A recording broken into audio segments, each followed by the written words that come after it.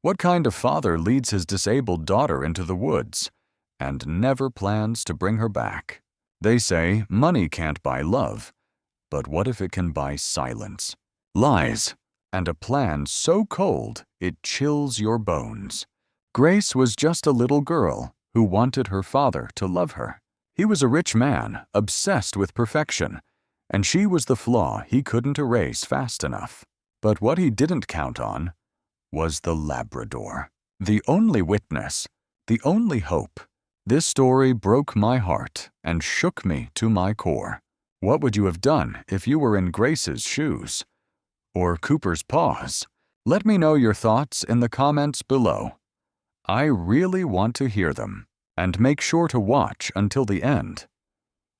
There's a small gift waiting for you there. Now let's go back and see how it all unfolded.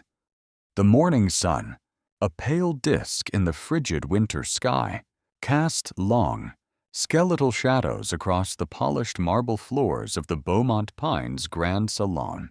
Outside, the sprawling estate was a breathtaking panorama of white, silent under a fresh blanket of snow.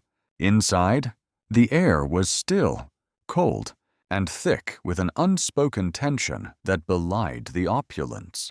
Grace, a child of perhaps 9 years, small for her age and with a delicate, almost translucent pallor, was on her hands and knees, diligently trying to rub away a tiny, almost invisible smudge on the gleaming floor. Her movements were careful, almost painfully precise, a consequence of the lingering effects of a childhood illness that had left her with a precarious sense of balance and a slight, persistent tremor in her limbs. As she shifted her weight, her elbow brushed against a slender mahogany side table. It wobbled. Grace gasped, her hands flying out, but too late. An ornate Meissen porcelain vase, a prized possession of her father's, teetered for a horrifying instant before crashing to the floor with a sickening, crystalline shatter. The sound, sharp and explosive, ripped through the mausoleum-like silence of the room. Grace froze, her heart leaping into her throat. Her face, already pale, turned ashen. "No, no, no," she whispered, her eyes wide with terror, fixed on the scattered, glittering shards. Trembling uncontrollably, she scrambled towards the mess, her small, bare hands instinctively reaching to gather the sharp fragments, heedless of the danger. The sound had not gone unnoticed. Heavy, impatient footsteps approached from the adjoining library. Victor Beaumont appeared in the grand archway, his imposing figure momentarily silhouetted against the light. The carefully cultivated mask of urbane charm he usually wore was gone, replaced by a visage of thunderous fury. His eyes, the color of cold steel, narrowed as they took in the scene, the shattered porcelain. His daughter cowering amidst the debris, useless thing. His voice, usually modulated to smooth perfection, was a low, guttural snarl. He strode towards her, each step echoing ominously on the marble. Destructive. Can't you do a single damned thing, right? You can't even stand still without causing chaos. He loomed over her, his shadow engulfing her small form. He pointed a finger, trembling with rage, directly at her face. "Do you have any idea what that vase was? An antique. It was worth more than some wretched families earn in a lifetime.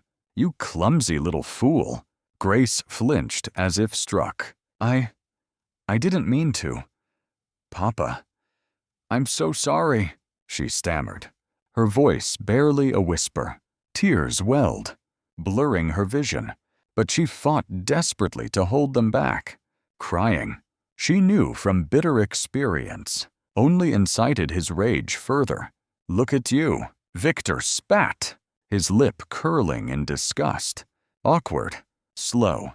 You are nothing but a burden, Grace, an embarrassment to this family." To the Beaumont name, he gave her a contemptuous nudge with the toe of his polished shoe. Not hard enough to truly injure, but enough to send her stumbling, her already precarious balance failing her. She landed painfully on her hip.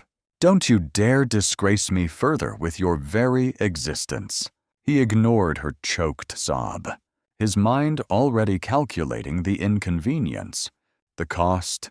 You'll pay for this, one way or another. Mark my words." Just as his fury seemed to reach its zenith, as another tirade was about to erupt, a polite, almost timid cough sounded from the hallway. Mrs. Albright, the family's gaunt, perpetually anxious housekeeper, hovered at the edge of the salon. "Excuse me, Mr. Beaumont." "Sir," she murmured, her eyes carefully averted from the scene. "But Senator Harrison is on the line for you. He says it's rather urgent."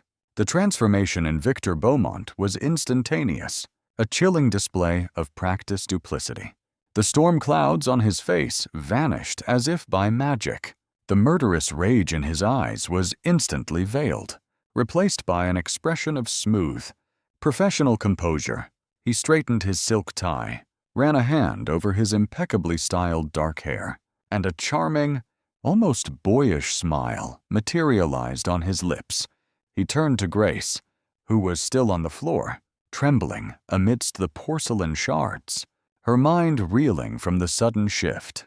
His voice, when he spoke, was a soft, saccharine cause, a grotesque parody of paternal concern that made the hairs on the back of her neck stand on end. "Oh, my dearest Grace, did you have a little accident?" he murmured, bending slightly. Though his eyes remained as cold and hard as diamonds, he reached for her hand, his fingers closing around her small wrist in a grip that was just a fraction too tight. A silent, unmistakable warning. "Did you cut yourself on these naughty pieces?" "Little one," he tutted softly. There, darling, it's quite all right. Just a clumsy moment. Leave this for Mrs. Albright to manage. You look a little pale. Sweet pea, why don't you run along to your room and rest? We have important guests arriving this afternoon, and we want you looking your best. Don't we?" Without a backward glance at the shattered heirloom or his terrified daughter, Victor Beaumont strode towards the library to take the senator's call, his demeanor once again the epitome of the successful, benevolent patriarch. The esteemed businessman. Grace remained frozen, the echo of his rage still ringing in her ears, now overlaid by the chilling silkiness of his false affection. The sheer, terrifying speed of his transformation left her breathless, her small heart pounding with a mixture of fear, confusion, and a profound, soul-deep loneliness. Later that afternoon, the charade continued. Senator Harrison and his wife arrived, a power couple Victor was eager to cultivate. The Beaumont Pines estate, even under its winter mantle, was designed to impress. Victor, exuding charm and intellectual prowess, led them on a carefully curated tour of the main floor, his commentary a seamless blend of local history, art appreciation, and subtle allusions to his own business acumen and philanthropic endeavors. Beaumont Pines, he implied, was not merely a home, but a legacy, an oasis of refined taste and generational prosperity, a testament to the enduring strength of the Beaumont name. Grace was, inevitably, summoned, dressed in a simple but expensive velvet dress that seemed to hang on her frail frame. Her pale hair neatly brushed, she was presented to the guests. Victor's arm rested lightly on her shoulder, his smile radiating paternal pride. "And this," he announced, his voice warm with affection, "is my precious daughter, Grace," he sighed, a subtle, almost theatrical display of loving concern. "She's had a few health challenges, as you know, but she's a brave little soldier, aren't you, darling?" He might then launch into a modest account of the specialists he'd consulted, the treatments he'd investigated, painting himself as a tireless, devoted father sparing no expense for his child's well-being.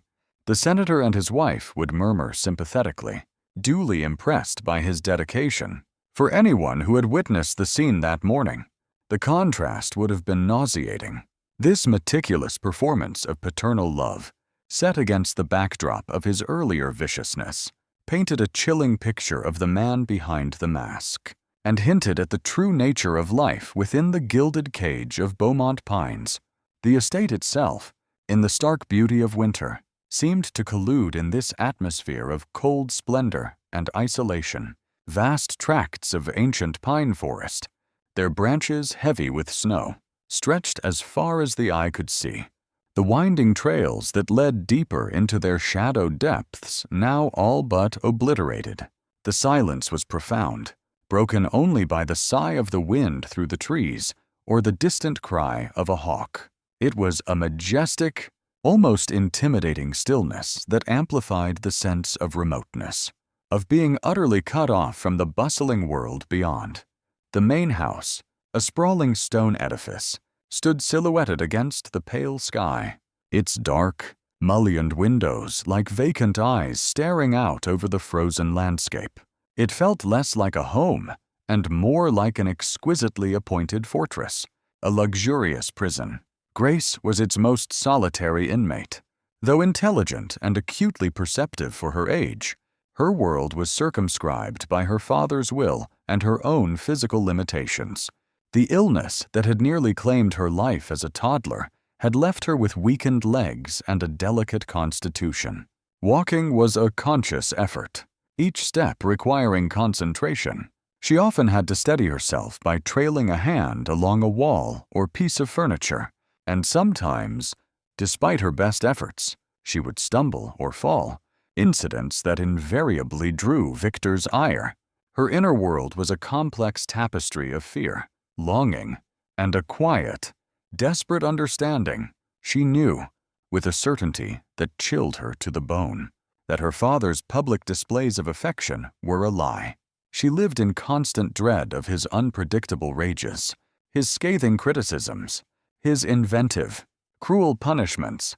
Her mother, a gentle, loving woman who had been Victor's first wife, had died when Grace was very young. All she had left of her was a small, silver locket with a faded photograph inside, a treasure she kept hidden and would gaze at in secret, whispering her sorrows to the smiling face within. "Why does Papa hate me so much?" she would think, tears pricking her eyes. "What did I do wrong? Oh, Mama, if only you were here." Victor's duplicity was a constant source of pain. In front of the tutors he hired, always the best, the most expensive, or the few carefully vetted staff members, he was the picture of solicitous concern. He'd inquire about her progress, remind her to take her medication, his voice smooth and gentle, yet always with an underlying note of detachment that Grace found more chilling than his outright anger. But the moment they were alone, the mask would drop. He would berate her for the slightest perceived infraction, his words like shards of ice. "Can't you even manage that simple equation? You're supposed to be intelligent. Or is that another one of your failings?" He might sneer if she struggled with her lessons, or if she accidentally bumped into something. "Look at you, a broken doll, fit for nothing but the scrap heap." If she dared to show sadness or offer a weak protest, his response was swift and brutal. "Silence. I will not tolerate your sniveling. Your weakness is an offense to my eyes." Punishments ranged from being forced to stand in a corner for hours, an agonizing trial for her weak legs, to being denied meals, or simply enduring a relentless barrage of his soul-destroying invective. Victor's cruelty stemmed from a deep, pathological obsession with perfection and the unblemished legacy of the Beaumont name. In his eyes, Grace, with her physical frailties, was a constant, public reminder of imperfection, a stain on his lineage. He couldn't reconcile his image of himself as a titan of industry, a man of power and flawless taste. With this defective child, she was a threat to his meticulously crafted reputation, a potential source of gossip among the elite circles he moved in. More pragmatically, she was an impediment to his future plans. He was actively seeking a new wife, a woman of suitable beauty, wealth, and social standing, someone who could provide him with perfect heirs to inherit Beaumont Pines and his considerable fortune. Grace, the fragile, flawed daughter, was a distinct liability in these marital ambitions. She is an encumbrance, he'd think, his gaze sweeping over her with cold, dispassionate calculation. A stone in my shoe. She must be managed, discreetly, permanently. She will not derail the future I have planned. His strategy was one of isolation. Grace was a virtual prisoner on the estate. She did not attend school. Her interactions with the outside world were non-existent. If guests were expected, Victor would ensure Grace was either out of sight or presented only for a fleeting, formal greeting before being whisked away. He systematically suppressed her emotional development, ridiculing any display of feeling, ensuring she became an invisible, silent presence in her own home. Yet, in this frozen wasteland of emotional neglect, a tiny, secret spark of warmth had found Grace. Cooper was a Labrador retriever, his coat the color of spun gold, a stark, vibrant contrast to the endless white of the Beaumont winter. He was young, perhaps a year old, and had appeared as if by magic, or rather, by cruel abandonment, during a fierce blizzard that had raged for days, marooning the estate. Grace, in a rare moment of unsupervised freedom, while Victor was away on business and Mrs. Albright was occupied, had slipped out into the vast, snow-laden back gardens, near the dense pine forest that formed the estate's western boundary. She heard it, a faint, pathetic whimpering. Her own fear was a constant companion, but a deeper instinct, a profound, unquenchable empathy, drew her towards the sound. Huddled in a snowdrift beneath a thick rhododendron bush, half frozen and trembling violently, was the dog. His ribs were visible beneath his wet fur, his eyes wide with terror and exhaustion. Grace's heart ached. Without a second thought, she had acted. She'd raced back to the house, her movements clumsy but urgent, and managed to sneak a few slices of bread, her own meager breakfast, and an old, threadbare blanket from a linen closet. She found an old, dilapidated gardener's shed, long forgotten, nestled deep within a stand of pines just beyond the formal gardens, but still technically on Beaumont land. It became their sanctuary. Daily, under the ever-present threat of discovery, Grace would make the perilous journey, smuggling scraps of food, often her own carefully saved portions, and fresh water for Cooper. She lined a dark corner of the shed with dry leaves and the old blanket, creating a makeshift den. Initially, Cooper was terrified, cringing away from her touch, but Grace's gentle voice, her patient offerings of food, her unwavering kindness, slowly eroded his fear. Soon, he would greet her approach with a soft whine and a hopeful thump of his tail. He would allow her to stroke his soft fur, to hug his warm body, his presence a balm to her own bruised spirit. "Good boy, Cooper," she'd whisper, her breath misting in the cold air of the shed, her eyes constantly scanning their surroundings. "Eat up. We don't have much time. You have to be quiet." "Okay. No barking." Later, as he'd nuzzle his head into her lap, his warmth seeping through her thin clothes, she'd confide, "You're the only one who understands. Cooper, my only friend. I wish we could stay like this forever." Cooper was her lifeline, her secret joy, the only being in her desolate world who offered unconditional love. His existence gave her a reason to be brave, a reason to endure. Grace lived in a constant state of high alert, her intelligence and ingenuity honed by the need to protect her precious secret. She learned to read the subtle shifts in her father's moods, to anticipate his movements, to erase her small footprints from the snow-covered paths leading to the shed. There were heart-stopping near misses, Victor taking an unexpected stroll near the woods, a groundskeeper noticing unfamiliar tracks and remarking on a possible fox, a comment Grace deflected with a quickly invented story about seeing a large rabbit. Once, Cooper, overjoyed at spotting her approaching, let out a single, happy bark, a sound that made Victor pause and scan the tree line with a frown, before dismissing it as some distant forest creature. The opulence of Beaumont Pines was a cruel joke, its material splendor a stark contrast to the emotional desert of Grace's life. The cold, majestic beauty of the winter landscape mirrored her own internal desolation. Only in the ramshackle shed, with the warm, breathing presence of Cooper beside her, did she find any genuine solace. Her innocence, her deep capacity for love, stood in stark opposition to Victor's calculated cruelty, his obsession with a sterile, heartless perfection. Each secret meeting with Cooper, however brief and fraught with danger, infused Grace with a fleeting sense of strength, a fragile hope. But Victor's impatience was growing. Grace's failings were a constant irritant.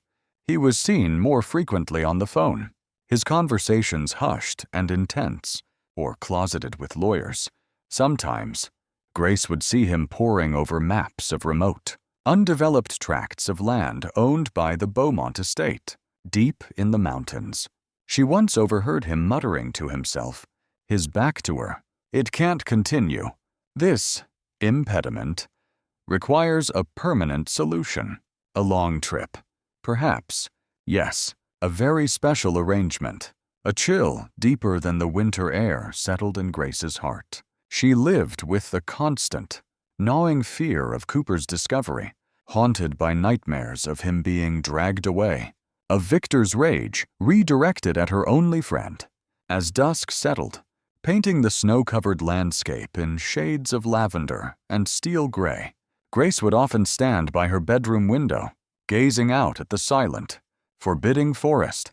Somewhere out there, hidden from the world, was Cooper, her secret, her hope, but the shadow of her father's machinations, his cold, calculating ambition, was lengthening, threatening to engulf everything she held dear. The fragile sanctuary she had built for herself and her friend felt increasingly precarious. The question hanging heavy in the frigid air: how long could their secret survive? And what definitive solution was Victor Beaumont planning for the one blemish on his perfect world?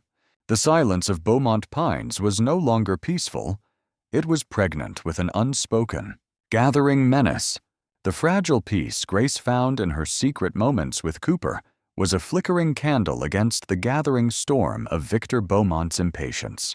His ambition was a ravenous beast, and Grace, in her perceived imperfection, was a persistent thorn in its side. The final straw, when it came, was both public and deeply humiliating for Victor, pushing his simmering resentment into the cold resolve of irreversible action. It happened during a meticulously planned weekend gathering at Beaumont Pines. Victor was hosting Alistair Finch, a notoriously shrewd British industrialist whose partnership Victor coveted for a transatlantic venture that promised to elevate the Beaumont name to global significance. Finch was accompanied by his sharp-tongued, socially influential wife, Lady Beatrice, a woman whose approval Victor desperately sought, not least because he had subtly begun to envision her as a potential candidate for the next Mrs. Beaumont. Once the Grace problem was resolved, Victor had given explicit, cold-eyed instructions to Mrs. Albright Grace was to remain in her rooms, unseen, unheard, but fate, or perhaps the muddled understanding of a new, terrified junior maid, intervened, as Victor was pontificating on the impeccable bloodlines of his thoroughbreds in the grand salon. Grace, looking even smaller and paler than usual, was timidly led into the room by the young maid, who mistakenly believed all family members were to greet the esteemed guests. A hush fell. Grace, sensing the sudden frost in the air, froze, her hand instinctively going to the special cane she used for support. Alistair Finch's gaze, sharp and appraising, flickered over her, lingering for a moment on her hesitant posture, the slight unsteadiness of her stance. Lady Beatrice, however, was less subtle. Her perfectly plucked eyebrows arched, and a small, almost imperceptible moo of distaste touched her lips. "Oh, Victor, darling," she drawled, her voice carrying clearly in the sudden silence, her eyes coolly dismissing Grace. "You never mentioned this, such a delicate little thing. Isn't she? One does wonder about the ultimate constitution." Then, with a saccharine smile directed at Victor that didn't reach her eyes, she added, "It must be quite the undertaking for you, my dear man." The words, though veiled in social niceties, were like a razor slash to Victor's pride. He saw the flicker of something unreadable in Finch's eyes, the barely concealed pity mixed with calculation. He saw the door to his ambitions creak alarmingly. The humiliation was a physical burn. His carefully constructed image, his aspirations for the future, all threatened by this pale, imperfect child. He managed a strained smile, a dismissive wave of his hand. "Grace is a sensitive child. The mountain air can be trying." He then smoothly changed the subject. But the damage was done. Later, alone in his study, the veneer shattered. "She ruins everything." He seethed internally, his hands clenched into fists. That woman, she saw the flaw, the weakness. "I will not be pitied. I will not be compromised. This ends." Now, the vague notion of needing a permanent solution solidified into a concrete, chilling plan. Hiding Grace was no longer enough. She had to disappear. Victor's mind, cold and methodical when set upon a goal, began to work with terrifying efficiency. He would eliminate Grace, but it had to be clean, untraceable, an unfortunate accident, a tragic footnote. The vast, snow-choked wilderness of the northern Beaumont estate lands, largely untamed and rarely visited, offered the perfect theater for his dark design. He envisioned abandoning her there, in the depths of the unforgiving winter, the brutal cold, the inevitable blizzards, the predatory wildlife. Nature itself would be the executioner. No suspicion would fall upon the grieving, devoted father. He would even orchestrate a search full of public anguish and private relief. The disguise was simple: a special father-daughter outing, a trip to a remote cabin for the restorative mountain air. The following week, Victor put his plan into motion, his performance of the doting parent reaching new heights of chilling verisimilitude. He announced the upcoming adventure to Grace with an air of manufactured excitement. "Grace, my darling girl," he said one evening, his voice dripping with false bonhomie as he found her listlessly turning the pages of a book in her room. "Guess what? This coming weekend, Papa has a wonderful surprise. We're going on a very special trip. Just you and me, a little camping expedition." He beamed, a smile that didn't touch the Arctic chill in his eyes. "I've found the most charming little log cabin, nestled deep in the pine forest, miles from anywhere. The air there is so pure, so invigorating. It will do wonders for your health. Sweet pea, we'll have such fun. To Mrs. Albright," he mentioned casually, "I feel I haven't been spending enough quality time with Grace. A father-daughter retreat is just what we both need. A change of scenery will be beneficial for her." He made a show of packing, ostentatiously folding a few of Grace's older, well-worn clothes into a small duffel bag. Nothing too new, nothing that would be particularly missed. He added a packet of cookies, a bottle of water, a thin, threadbare blanket. He whistled a jaunty tune as he did so, ensuring Grace saw his eager anticipation. Grace, however, felt a cold knot of dread tighten in her stomach. Her father's sudden Effusive attentiveness was more alarming than his usual cold disdain. Years of navigating his moods had honed her instincts, and every nerve ending screamed that something was terribly wrong. Why is he being so nice? She wondered, her heart fluttering with a mixture of fear and a tiny, treacherous flicker of hope. This trip, is it really for me? Or, she couldn't complete the thought. The alternative was too terrifying to contemplate. Yet, the starved part of her, the part that still yearned for a crumb of paternal affection, wanted to believe when he described the charming cabin. She managed a weak, hesitant smile. Will it have a fireplace? Papa, she asked timidly. Of course. Darling, a big, roaring fire to keep us cozy. He lied, patting her head with a touch that felt more like a Malik, owner-master than a father. Before they left, Grace knew she had to see Cooper. The weight of an unspoken goodbye pressed heavily on her. Under the pretext of wanting one last walk in the garden, she slipped away, her small duffel bag containing an extra portion of her dinner and a larger-than-usual collection of broken biscuits saved over days. The old shed was colder than ever, the wind whistling through its decaying planks. Cooper, a flash of gold against the gloom, greeted her with his usual soft whines and frantic tail wags. She hugged him tightly, burying her face in his thick, warm fur. The familiar scent of him, a momentary anchor in her sea of anxiety. "Oh, Cooper," she whispered, her voice choked with unshed tears. "I have to go away for a little while. With Papa." She set down the food, which he began to devour gratefully. "It's a special trip, but I'll be back. I promise.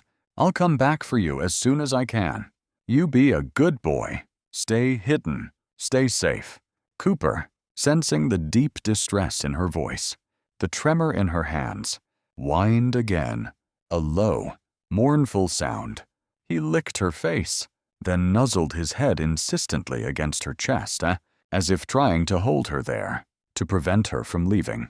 When the time came for Victor's black sedan to pull away from Beaumont Pines, its tires crunching on the icy driveway, a silent, golden shadow detached itself from the edge of the deep woods. Cooper, his heart pounding with an instinctual dread, began to follow, keeping a safe distance, melting into the landscape, his keen eyes never leaving the disappearing car. He didn't understand, but he knew, with the unwavering certainty of a loyal heart, that his Grace was in danger. The journey was long and oppressive. Victor drove with grim determination, the landscape outside transforming from manicured estate grounds to increasingly wild, snow-laden forests. He made a few attempts at light conversation, pointing out a frozen waterfall or a distant mountain peak, his voice unnervingly cheerful. Grace responded in monosyllables, her gaze fixed on the blurring white world outside, the knot of fear in her stomach growing tighter with every passing mile. The air in the car grew colder, the silence heavier, punctuated only by the hum of the engine and the rhythmic swish of the windshield wipers battling the steadily falling snow. After what felt like an eternity, Victor turned off the main, barely plowed road onto an even narrower, almost invisible track that wound steeply upwards into a dense, ancient forest. The trees pressed in on them, their snow-laden branches forming a dark, claustrophobic tunnel. Finally, in a small, desolate clearing, he stopped. Before them stood a structure that could only charitably be called a cabin. It was a small, dilapidated shack, more shed than dwelling, its logs dark with age and rot, its roof sagging precariously under the weight of accumulated snow. One window was boarded up. The other was a dark, glassless hole.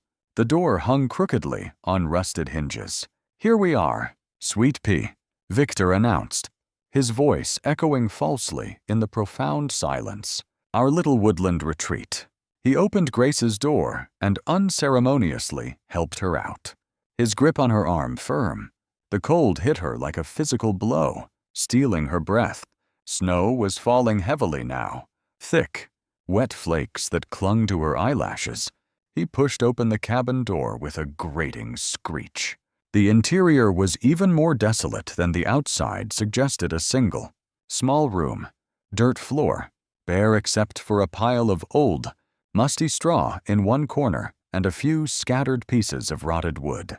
The air was frigid, heavy with the smell of decay and damp earth. There was no fireplace, no stove, nothing to offer warmth or comfort. Victor placed Grace's small duffel bag on the straw. He then set down the bottle of water.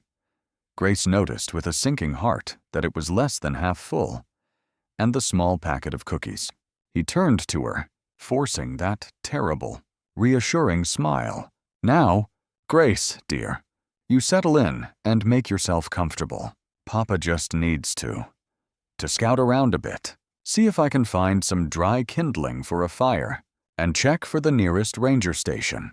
This roof looks like it might need a bit of patching before nightfall." He draped the thin blanket around her trembling shoulders, a final, chilling parody of care.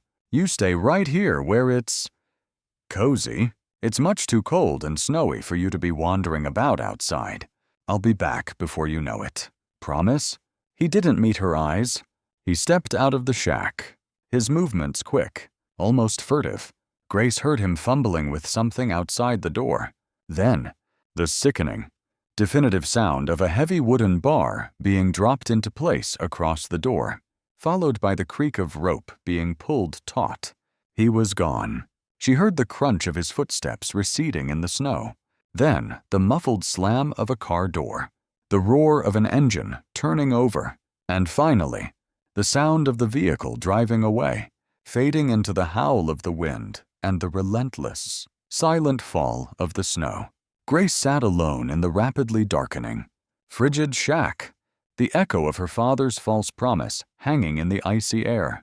The silence that descended was absolute, terrifying, broken only by the chattering of her own teeth and the frantic, hopeless beating of her small heart. Outside, hidden by a thicket of snow-laden firs 100 yards away, Cooper watched, his golden fur dusted with white. He had seen Victor drive Grace to the shack. He had seen him leave alone. A low, anguished whine rumbled deep in his chest as the last sound of Victor's engine faded into the vast, indifferent wilderness. Cooper pushed himself up, shaking the snow from his coat, his eyes filled with a desperate, unwavering resolve, fixed on the dark, silent shack where his small, beloved friend was trapped. Night was falling. The storm was intensifying, and he knew, with every fiber of his being, that he had to reach her. The sound of Victor's departing car faded into the mournful sigh of the wind, leaving an oppressive, terrifying silence in its wake. Grace sat huddled on the thin, inadequate blanket her father had tossed onto the frozen dirt floor of the dilapidated shack. For a long time, she didn't move, her small body rigid with a paralyzing mixture of disbelief and a desperate, flickering hope. "He'll come back," she told herself, her teeth chattering uncontrollably. "He promised. He said he was just going for firewood, for the ranger station. He'll be back." She strained her ears, listening for the crunch of returning footsteps in the snow, the rumble of an engine, but there was only the relentless, sibilant whisper of falling snow and the eerie creak of the old wooden walls as the wind gnawed at them. Hours crawled by, each one an eternity of deepening cold and gnawing fear. The last vestiges of daylight bled from the sky, plunging the tiny shack into an inky, terrifying blackness. The meager warmth from her own small body, trapped beneath the thin blanket, was quickly leached away by the frozen earth and the biting drafts that snaked through the countless cracks in the walls. The small bottle of water was soon empty, its last drops barely moistening her parched lips. The few cookies provided a momentary distraction from the cramping hunger in her stomach, but they were gone all too quickly, slowly, inexorably. The horrifying truth began to dawn. He wasn't coming back. The cheerful promises, the feigned concern, it had all been a lie. Another one of his elaborate, cruel charades. "Papa, you lied to me." The thought formed, a cold shard of ice in her heart. "You're not coming back. You left me. All alone." The realization brought with it a wave of despair so profound, so absolute, that it threatened to extinguish the last spark of her will to live. The cold was a relentless tormentor. It seeped into her bones, a deep, aching chill that no amount of shivering could dispel. Her fingers and toes were numb, then agonizingly painful, then numb again. The hunger became a dull, constant ache, making her feel weak and dizzy. Her underlying frailty, the very imperfection her father so despised, made her doubly vulnerable to the brutal assault of the elements. But worse than the physical suffering was the crushing weight of her isolation. The darkness in the shack was absolute, pressing in on her, alive with imagined terrors. The glowing eyes of unseen creatures, the rustle of things moving just beyond the walls. Her mind, starved and terrified, began to play tricks on her. Every gust of wind sounded like a footstep, every creak of the decaying wood like a snarl. Sobs began to rack her small frame. Dry, gasping sounds at first, then wet, hiccuping cries of pure, unadulterated terror. "Papa," she cried out, her voice a thin, reedy wail, swallowed by the vast, indifferent wilderness. "Papa, please, I'm so cold. I'm so hungry. Please don't leave me." Her thoughts turned to the faded photograph in her locket. "Mama? Oh, Mama, where are you?" Her voice cracked, dissolving into incoherent whimpers. The sound of her own despair was the only reply. Exhaustion, a blessed numbness, finally began to claim her. The tears froze on her cheeks. Her shivering lessened as her body temperature continued to drop. She curled into the tightest possible ball, pulling the thin blanket over her head, a futile attempt to conserve a shred of warmth. Her breathing grew shallow, her thoughts fragmented, drifting into a delirious landscape of swirling snow, her father's cold eyes, and the warm, comforting nuzzle of a golden dog. She was sinking, fading, the cold, a heavy, irresistible tide pulling her under. Miles away, a golden shadow was battling that same relentless storm. Cooper, driven by an instinct more powerful than hunger or fear, had not given up. After Victor's car had disappeared, he had circled the area where it had last been seen, his sensitive nose to the ground, sifting through the confusing tapestry of scents left on the freshly fallen snow. The wind did its best to obscure the trail, the heavy snowfall quickly covering any tracks, but Cooper was relentless. Perhaps it was a faint, lingering trace of Grace's familiar scent, a scent he associated with secret kindnesses and gentle hands. Perhaps it was the acrid tang of Victor's expensive cologne, a smell that now triggered a deep, primal unease in him. Or perhaps it was something more profound, an unbreakable bond of love and loyalty that transcended the physical. Guiding him through the blizzard like an invisible compass, he pressed on, hour after agonizing hour, his paws raw and bleeding from the frozen, uneven ground, his body weary from the cold and the exertion. He tunneled through deep drifts, navigated treacherous, ice-slicked inclines, his magnificent golden coat caked with snow, his breath pluming white in the frigid air. He was driven by a single, unwavering purpose, Grace. As true night descended, black and starless, the temperature plummeted further. Cooper, nearly spent, stumbled into a small, desolate clearing, and there it was, the shack.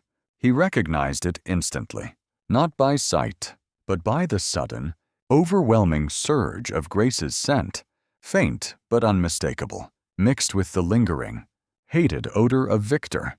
He approached the door cautiously, snow crunching softly beneath his paws. He whined low in his throat, sniffing at the base of the ill-fitting door. And then he heard it. A sound so faint it was almost imperceptible. A tiny, almost inaudible moan, followed by a ragged, shallow breath. Grace, a surge of desperate energy coursed through him. He pawed at the door, then began to scratch frantically, his claws tearing at the soft, rotted wood. Splinters flew. When that proved too slow, he backed away, gathering his remaining strength, and hurled his 100-pound frame against the door. The old wood groaned, but held. He did it again and again, a battering ram of pure, desperate devotion.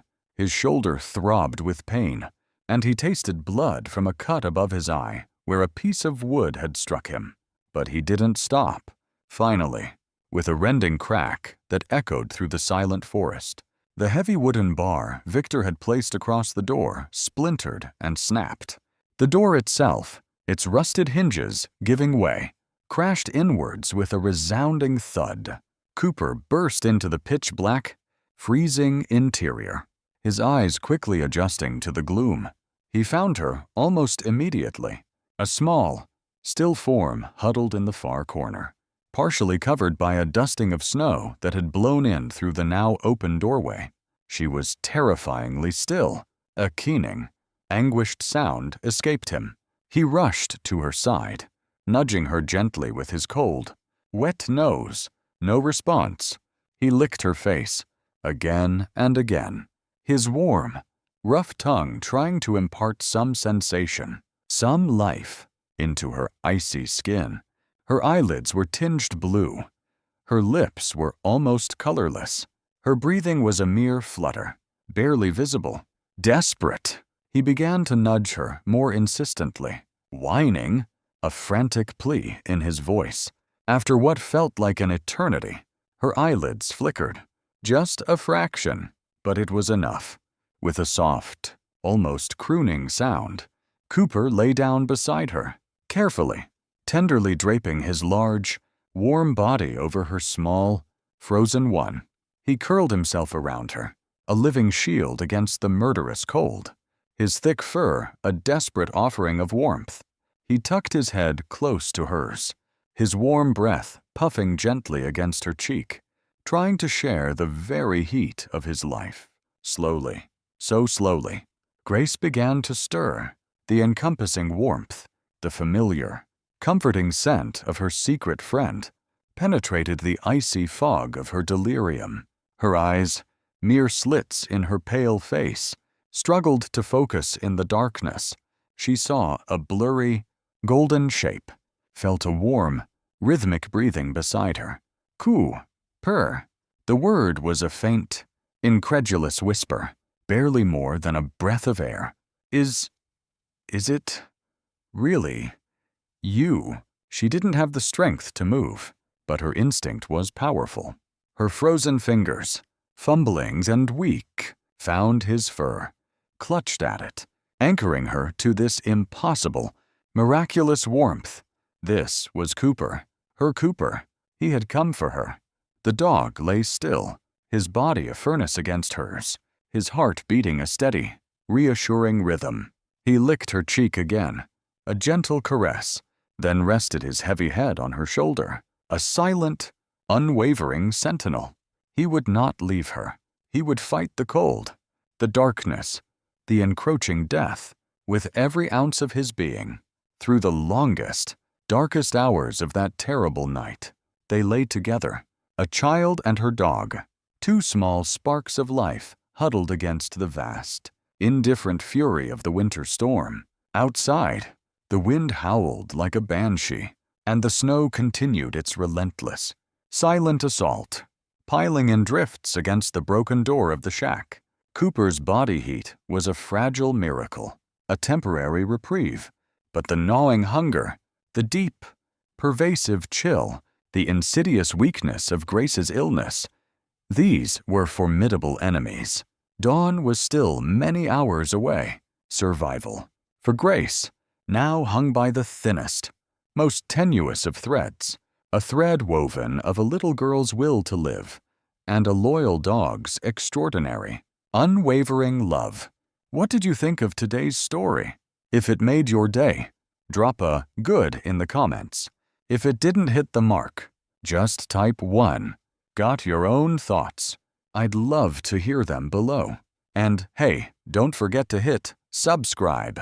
It's free, and it really helps the channel grow. Thank you so much for being here. The blizzard raged outside the flimsy walls of the abandoned shack, a symphony of howling wind and relentless, driving snow.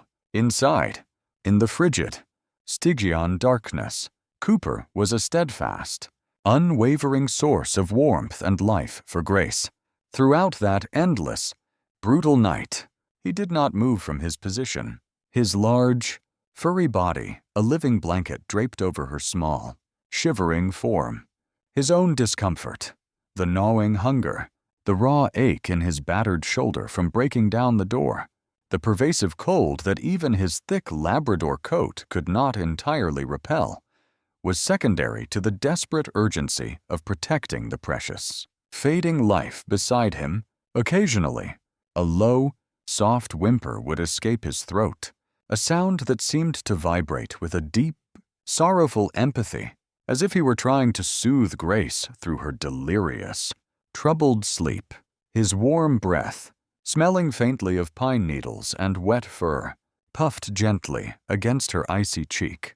Though exhausted, Cooper remained preternaturally alert. Every snap of a frozen branch outside, every intensified gust of wind that rattled the loose planks of the shack, brought his head up, his ears swiveling, a low growl rumbling deep in his chest.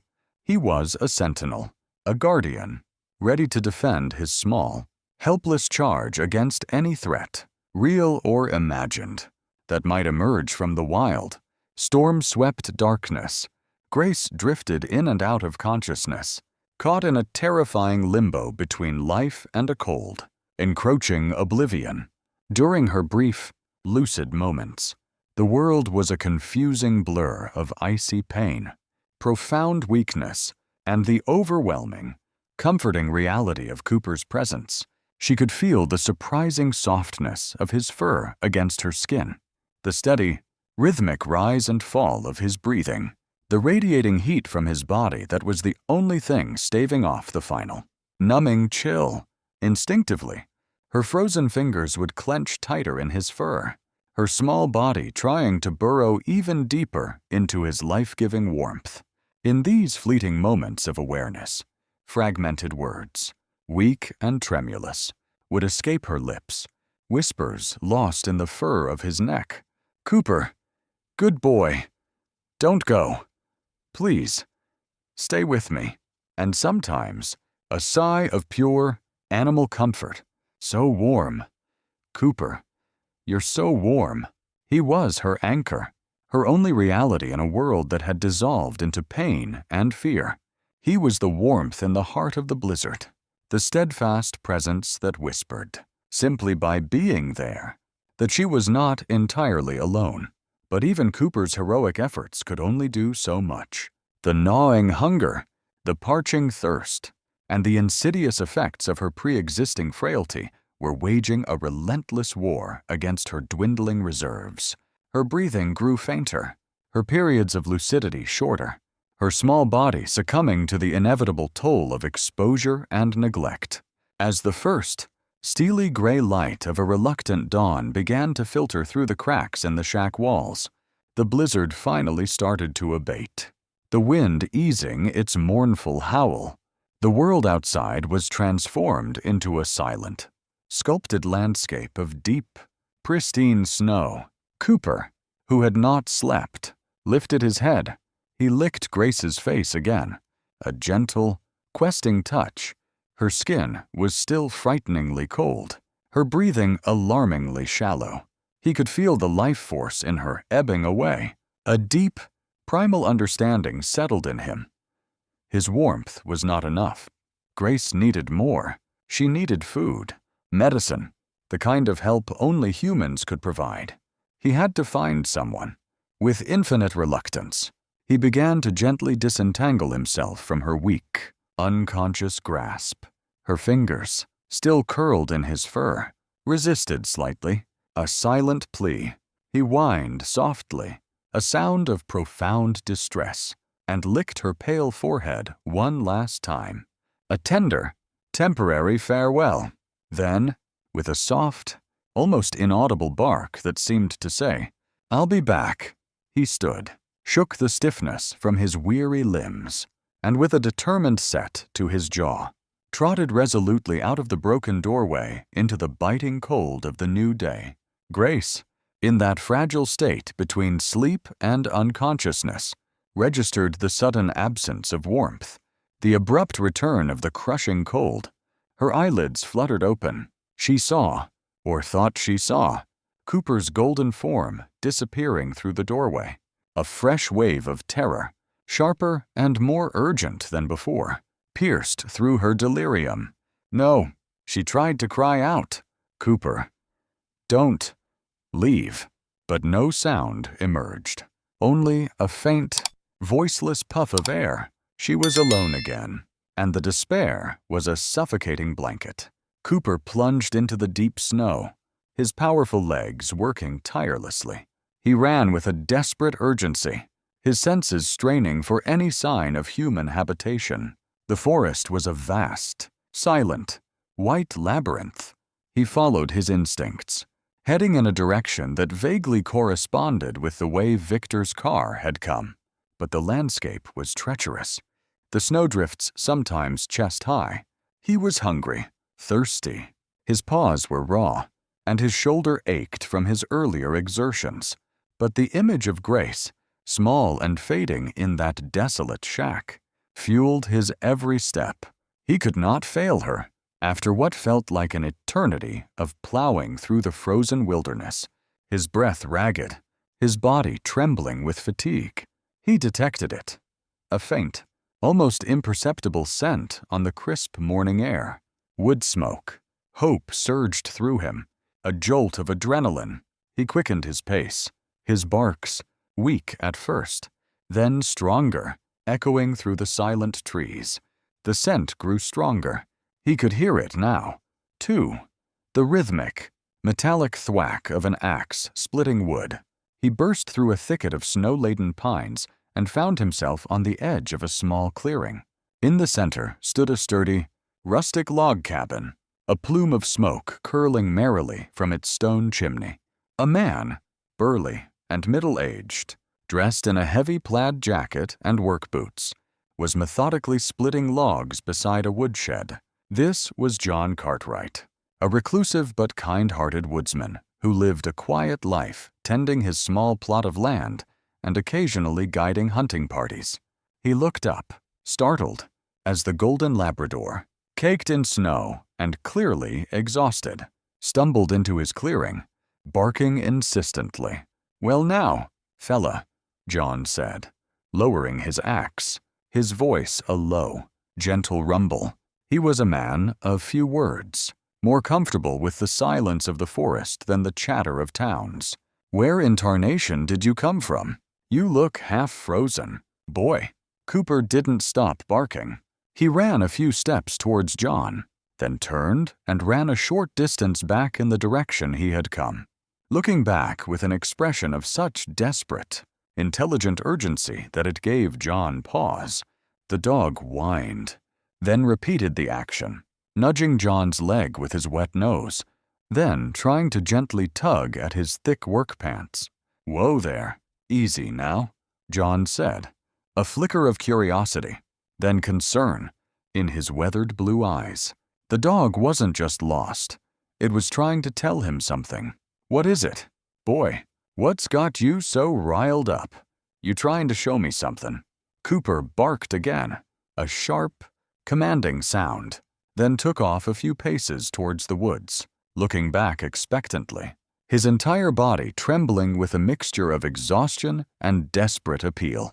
Miles away, as dawn cast its pale light over the sleepy ski resort town nestled in the valley below the Beaumont Estates' northern wilderness, Victor Beaumont was putting the finishing touches on his own performance.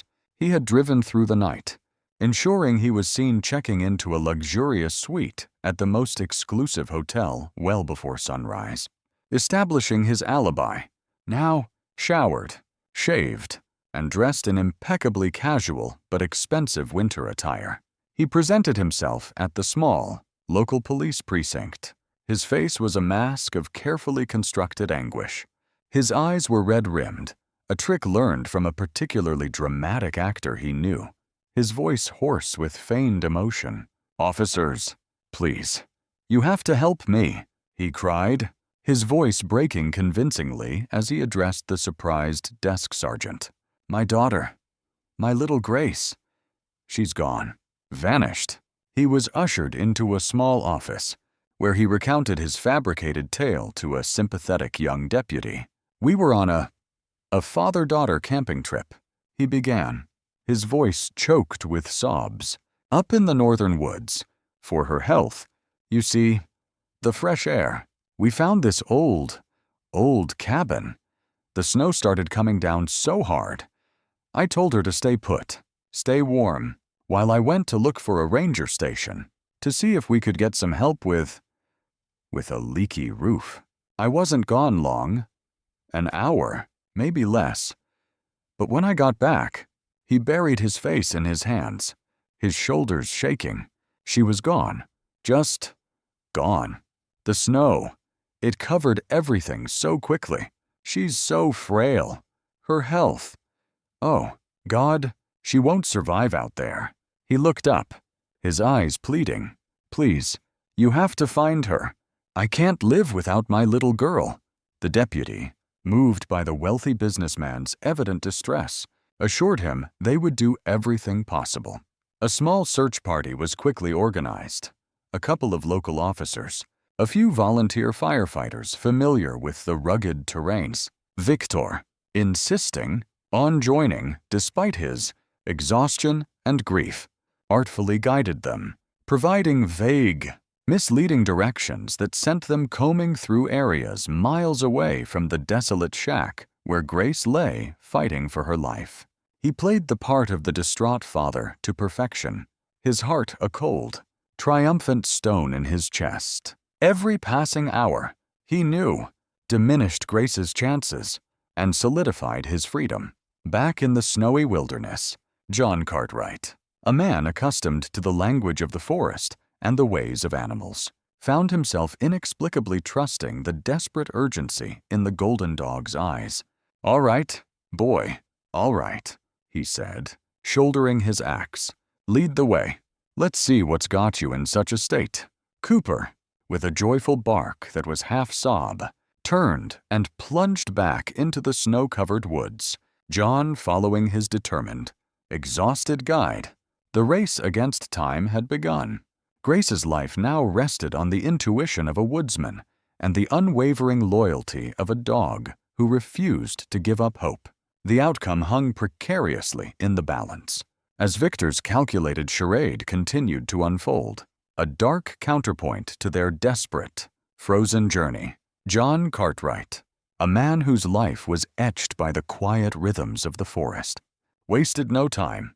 Cooper, a golden streak of exhausted but unwavering determination, led him through the snow-choked woods, his barks now a mixture of urgency and a strange, hopeful pleading. John, though initially puzzled by the dog's frantic behavior, had seen too much of the wild's unspoken dramas to ignore the desperate intelligence in Cooper's eyes. The dog was not merely lost or hungry, it was on a mission. The journey was arduous. Snowdrifts, sculpted by the blizzard, lay deep and treacherous across the barely discernible game trails Cooper followed. John, his breath pluming in the frigid air, his sturdy legs sinking with each step, marveled at the dog's stamina. The Labrador, clearly running on reserves of sheer will, never faltered, looking back frequently to ensure John was still following. Then forging ahead, finally, Cooper stopped before the dilapidated shack, the one John vaguely remembered as an old trapper's lean-to, abandoned for decades. The dog whined softly, nudging the broken door further inward with his nose, then looked up at John, his eyes pools of anxious appeal. John pushed the creaking door open and stepped inside.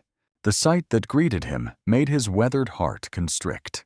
On the frozen dirt floor, curled in a pitifully small ball, lay a child. Her skin was a ghastly, bluish white, her lips almost colorless. A fine dusting of snow lay upon her thin clothes and matted hair. She was terrifyingly still. Only the faintest, almost imperceptible flutter of her chest indicated she was still, barely, alive. He noted the thin, inadequate blanket, the empty water bottle, the few scattered cookie crumbs. This was no accidental stranding. This was deliberate. Sweet heavens, John breathed, his voice a hoarse whisper. He sprang into action, his movements swift and practiced from years of wilderness survival. He shrugged off his own heavy, sheepskin-lined coat and gently, carefully, wrapped it around Grace's tiny, inert form. From the battered thermos he always carried, he poured a trickle of still warm ginger tea, trying to coax a few drops between her frozen lips. He rubbed her hands, her feet, trying to restore some circulation, his touch surprisingly gentle for such a calloused, work-worn man. Cooper, meanwhile, pressed close, licking Grace's face, whining softly, his body trembling. "Easy, boy, easy," John murmured, his voice soothing. "We'll get her out of here." He knew there was no time to lose.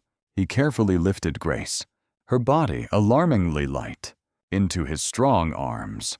With Cooper trotting anxiously at his heels, he began the arduous trek back to his own small, warm cabin, nestled a few miles away at the edge of the forest.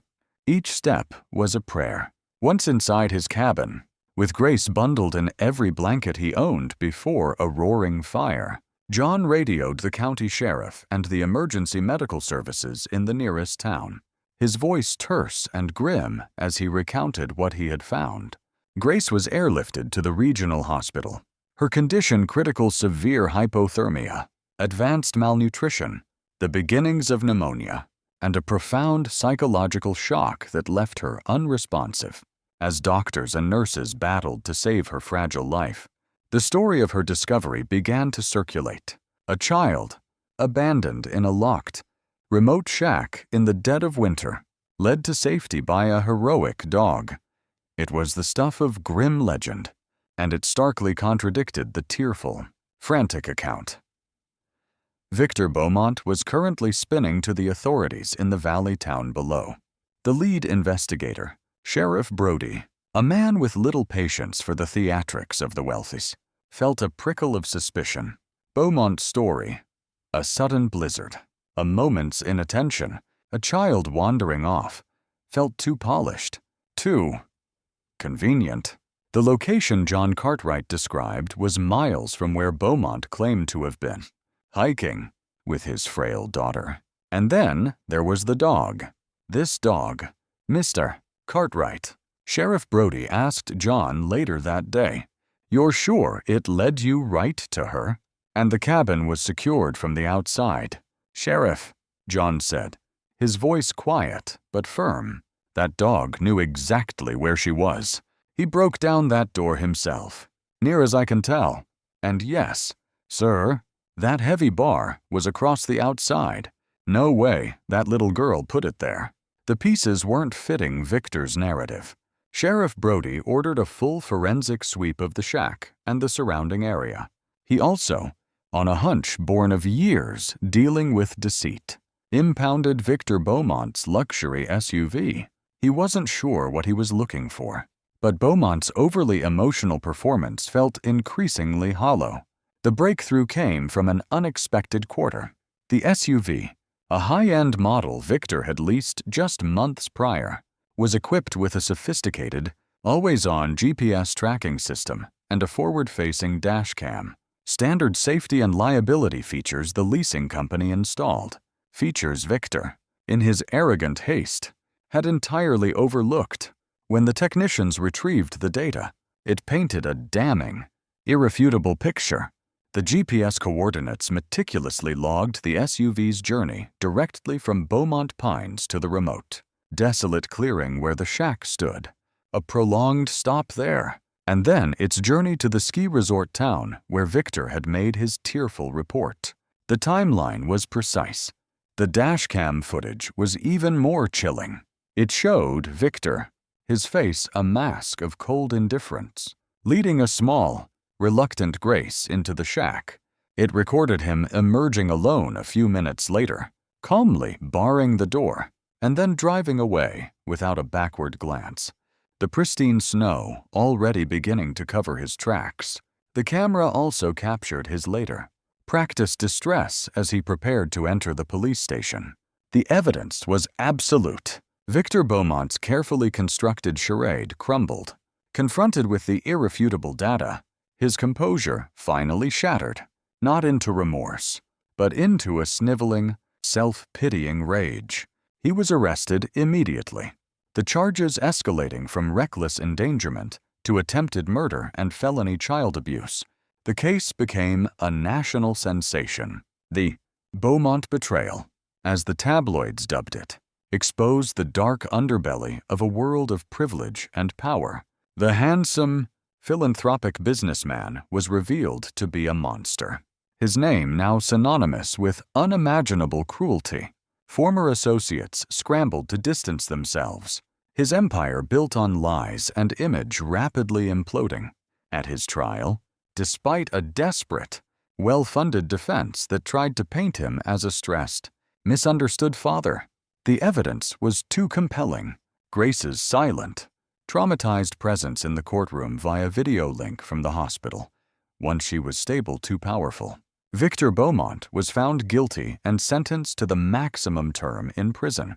His life of luxury exchanged for a cold, sterile cell, a fitting echo of the prison he had created for his daughter. Grace's recovery was a long, arduous journey. The physical wounds slowly healed, but the scars on her soul were far deeper. For weeks, she remained withdrawn, speaking only in whispers, haunted by nightmares. But through it all, Cooper was her constant, unwavering companion. After much public outcry and the passionate advocacy of John Cartwright and Grace's medical team, Cooper was officially designated a therapy animal and allowed to remain by her side, first in the hospital, then later as she transitioned to a specialized foster care facility. His warm presence, his unconditional love, his soft head resting in her lap during difficult therapy sessions, became the cornerstone of her healing. He was the one being she trusted implicitly, the living proof that not all love was a lie. John Cartwright, the quiet woodsman, found himself an unlikely hero. He visited Grace regularly, bringing her small, carved wooden animals and stories of the forest.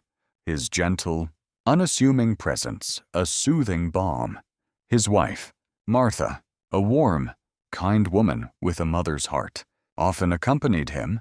They had grown children of their own, long since moved away, and their quiet cabin felt empty. Seeing Grace's fragile resilience, her profound bond with Cooper, a seed of an idea began to take root in their hearts. After months of legal proceedings, with Victor's parental rights irrevocably terminated, the question of Grace's future arose. Several families, touched by her story, offered to adopt her, but Grace, when finally able to express her own wishes, whispered only one name, John, and, of course, Cooper, and so it came to be. John and Martha Cartwright, with the full support of the Child Welfare Services, officially became Grace's foster parents. With the intent to adopt, Cooper, naturally, was part of the package. Years passed. The opulent, cold grandeur of Beaumont Pines faded into a distant, nightmarish memory.